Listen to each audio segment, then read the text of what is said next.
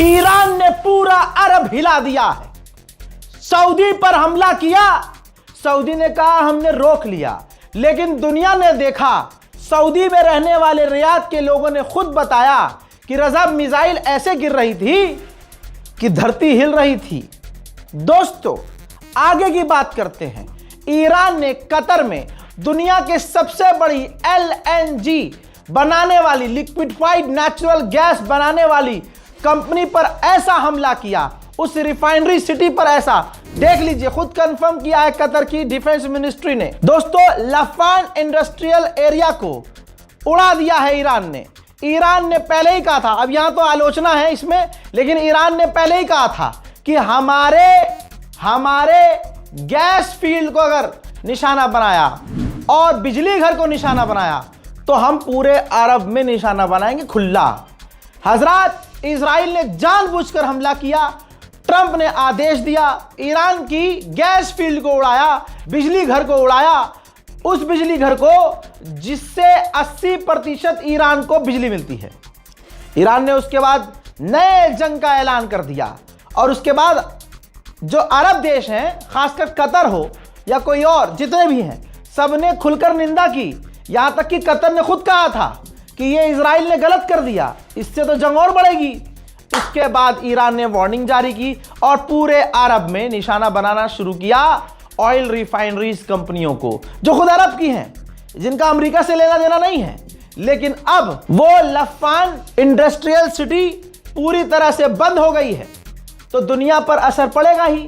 जान लीजिए, जैसे ही ईरान ने यह हमला किया, वैसे ही पूरी दुनिया में तेल के दाम फिर से आसमान की तरफ बढ़ रहे हैं। कतर के लफान ऑयल रिफाइनरी पर जब हमला ईरान ने किया तो मंजर कुछ यूं था।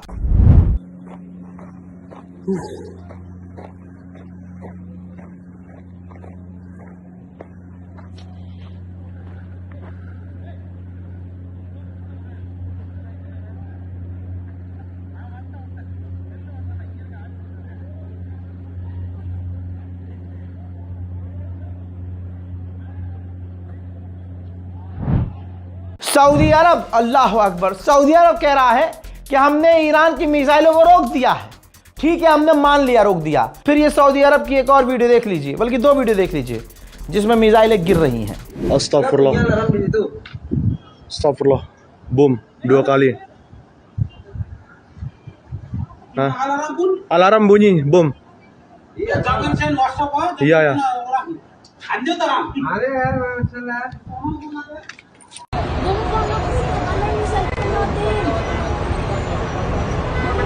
Uus Al Sani building.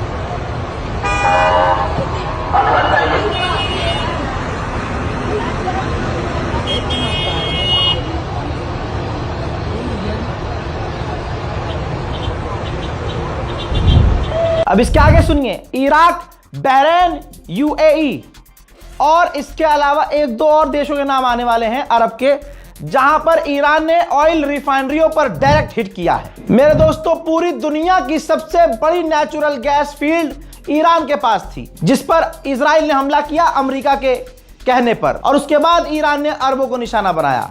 ठीक, ये चीज बारीकी समझ में आनी चाहिए आपको। अब जब ये तमाम अरब देश भड़क गए कि भाई इससे तो ईरान और बिदक जाएगा, तेल के दाम और आगे बढ़ेंगे, तो डोनाल्ड ट्रंप ने कहा है कि देखो, हमें बताया है इजराइल ने, हमें बताकर ईरान के ऊपर उसकी गैस फील्ड पर हमला किया इजराइल ने, लेकिन इस हमले में हम शामिल नहीं थे। तो पूरी चतुराई से अमेरिका पीछे हो गया है कि जी इजराइल ने किया। जी याद रखिएगा, इजराइल और अमेरिका दोनों में कोई फर्क नहीं है, दोनों साथ हैं।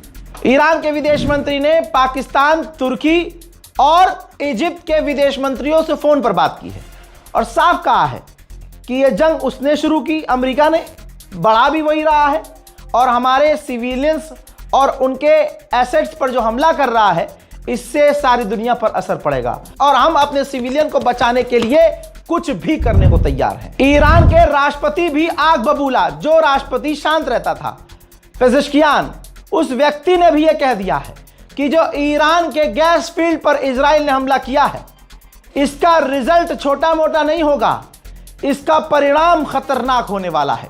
यानी ईरान और खतरनाक मोड में लड़ने वाला है और बड़े हमले अब दुनिया में होने मतलब ये चाहता नहीं था ईरान, और ऑब्वियसली पूरी दुनिया नहीं चाहती थी, लेकिन दुनिया का हर एक इंसान देख ले अमेरिका और इजराइल की बदमाशी। उधर कतर ने पता कितना बड़ा बयान दिया है, ये देखिए। कतर की सरकार ने कहा कि जो हमारी गैस फील्ड पर, ऑयल फील्ड पर डायरेक्ट हमला हुआ है, ये हमारे नेशनल इंटरेस्ट के लिए खतरा बन चुका है, नेशनल लेवल पर खतरा बन चुका है। हजरात, ये बात तो कतर को भी सोचनी चाहिए।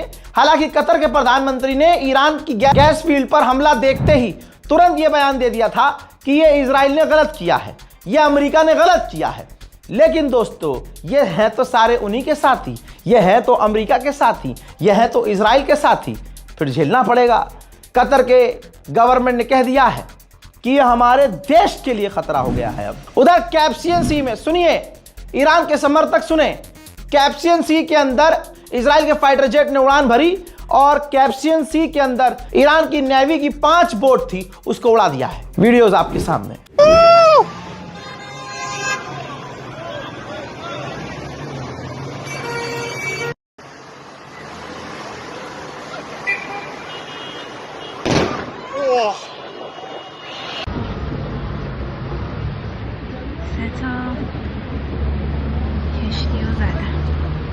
अल्लाह अकबर। उधर ईरान ने कंफर्म किया है कि हमने इजराइल के 2 ड्रोन मार गिराए हैं। हज़रात मोहतरम, जो पुतिन हैं, रूस के राष्ट्रपति, उन्होंने लेटर लिखकर अली लारीजानी की मौत का शोक व्यक्त किया है। पता है अली लारीजानी के आखिरी जुमले क्या थे?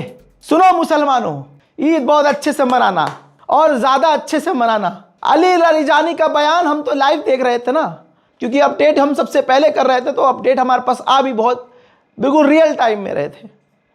अली लारीजानी ने अपने मरने से पहले, जब उन पर हमला नहीं हुआ था तब तक, एक जो लास्ट बयान दिया था, उसमें उन्होंने मुसलमानों को बहुत 3-4 पॉइंट दिए थे, 3-4 बातें कही थी। उसमें आखिरी बात उन्होंने अली लारीजानी ने कहा था कि कोई भी मुस्लिम देश ईरान के साथ खड़ा नहीं है, हम अकेले लड़ रहे हैं।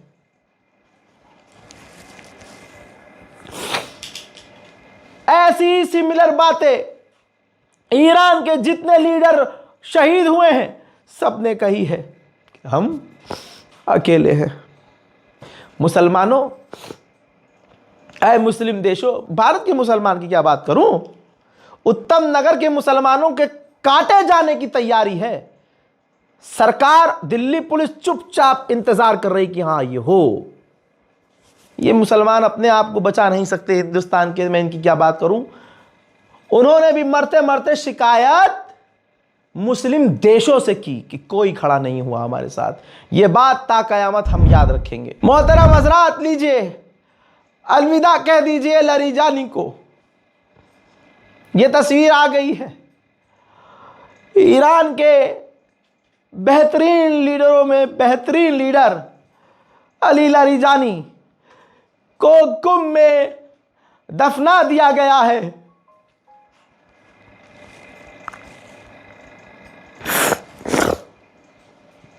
ये जो मरा है ना, शहीद हुआ है, इसके आखिरी जुमले दुनिया याद रखे।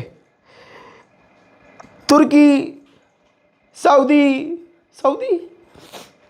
सऊदी अरब का बिन सलमान, जिसने ईरान पर हमला करने के लिए ट्रंप को उकसाया। 3 दिन पहले तक ट्रंप को पर्सनल नंबर से फोन किया और कहा कि ईरान पर हमले जारी रखो। यकीन मानना, एक वक्त आएगा, मैं रहूं ना रहूं, मेरी बात याद रखना, एक वक्त यह भी बात खुलेगी कि जब ईरान पर यह वाली जंग हो रही थी तो बिन सलमान नेतन्याहू से भी बात कर रहा था। और यकीन रखना इस बात पर, वक्त आएगा, सच सामने आएगा कि बिन सलमान ने ही कहा होगा कि खामनाई की पूरी रिजीम को एक एक करके मारो। देख लेना तुम। ये जितने भी मुस्लिम देश हैं सब खामोश हैं, और खामोश रहकर इन्होंने पूरा फिलिस्तीन उजड़वा दिया, पूरा गज्जा मिटवा दिया। और अब ये सोच रहे हैं कि चुप रहकर और सिर्फ अपना डिफेंड करके ईरान को मिटा दें। ईरान के लोगों को लेकिन तुम हरा नहीं सकते। ईरानी खून है वो, उनके जिस्म में खून दौड़ता है, गाय का पेशाब नहीं। ईरान की आवाम को तो डरना चाहिए ना कि हमारे टॉप लीडर मारे गए हैं भाई, लेकिन नहीं, ईरान की जनता सड़कों पर है।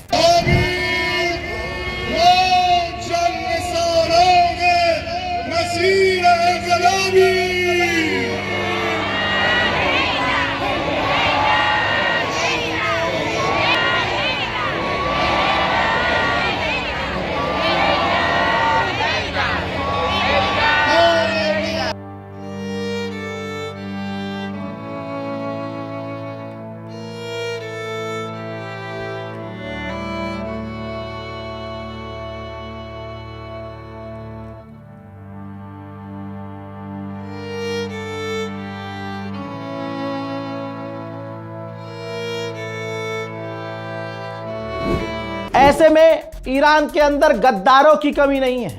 ईरान ने ऐसे 100 ईरानी लोगों को गिरफ्तार किया है जो इजराइल को और अमेरिका को सपोर्ट कर रहे थे।